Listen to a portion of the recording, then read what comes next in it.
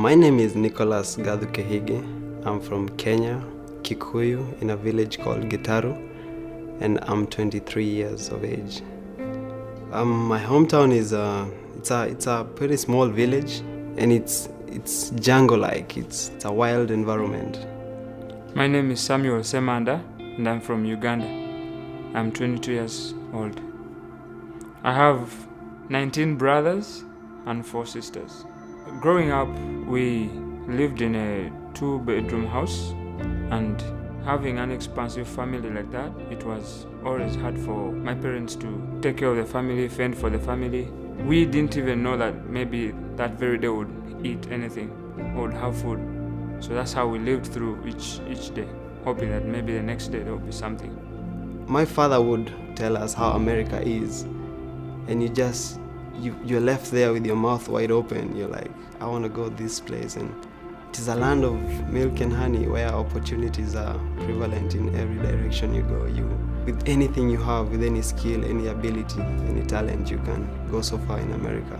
So America is it's a dream for most people out there in Africa. Since my parents could not afford education, I went to school and tried my best to stay there. Sending kids who had not paid their school fees, they would send them home. I would hide behind the hills, and then I would make my way, sneak back into class.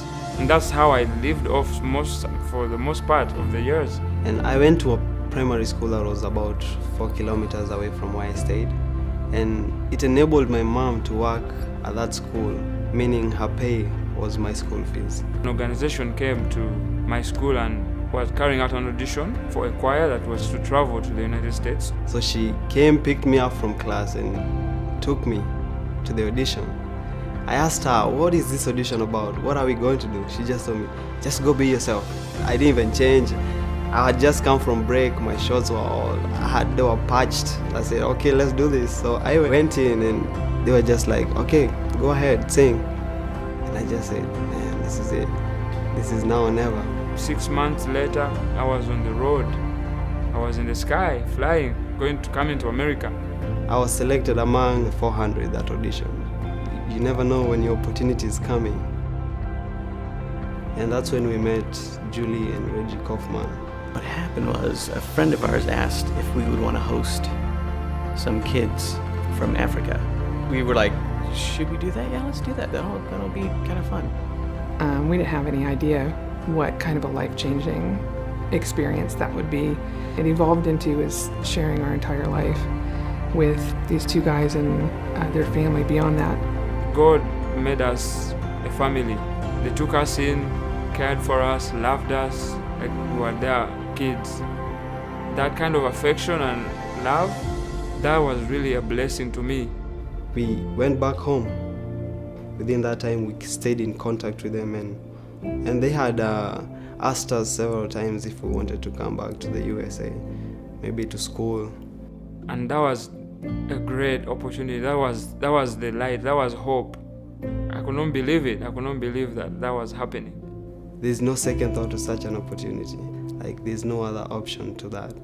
God worked out everything. It's a miracle. And there we were now making our way back.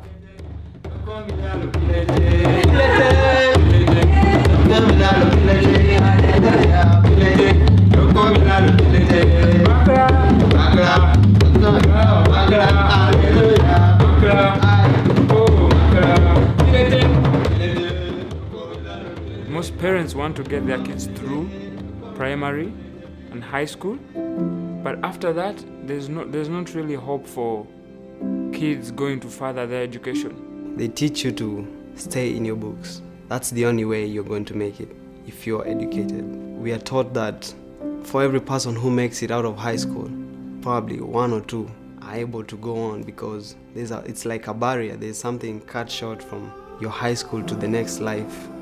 I've seen many people who are very smart, very intelligent. There's nothing for them after high school.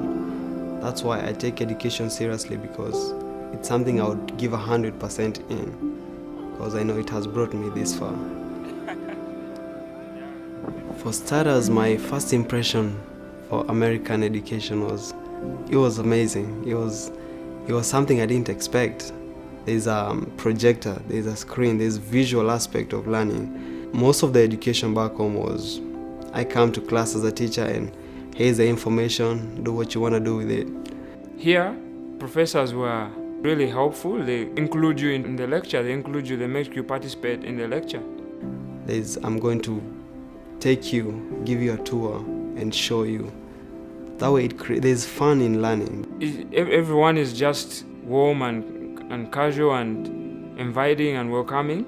I was really impressed by the way everyone carried themselves. And some things are free. Fun things being free, that was something you didn't have.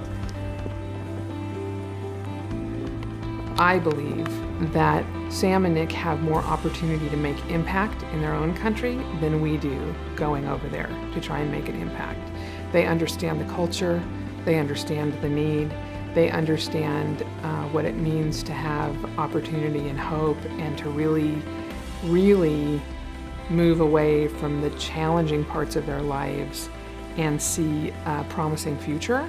People will see what I have done and how my struggles from past to now cannot influence who you are going to be in the future. I think me graduating and getting the education that I need plays a big role in those people that I left back home, because it gives them this hope for everybody. The things I intend on doing there with my study of architecture is just give back to the society back home. We don't bring ourselves up. It takes a whole village to raise one child. And I think there are so many people who played a big part in my life that I feel they need a thanks, they need a praise also. And I hope that someday I'm able to accomplish that. My accomplishments here, given the expansive education, I want to set up counseling firms over there so that I could help families through trying situations. I know they need it, and it's something that is not a focus over there in Uganda. And I want to extend that to that community. Communities will be changed for the better, for the good. It's more of the idea of bringing America to those who could not make it to America. I'm taking America to them.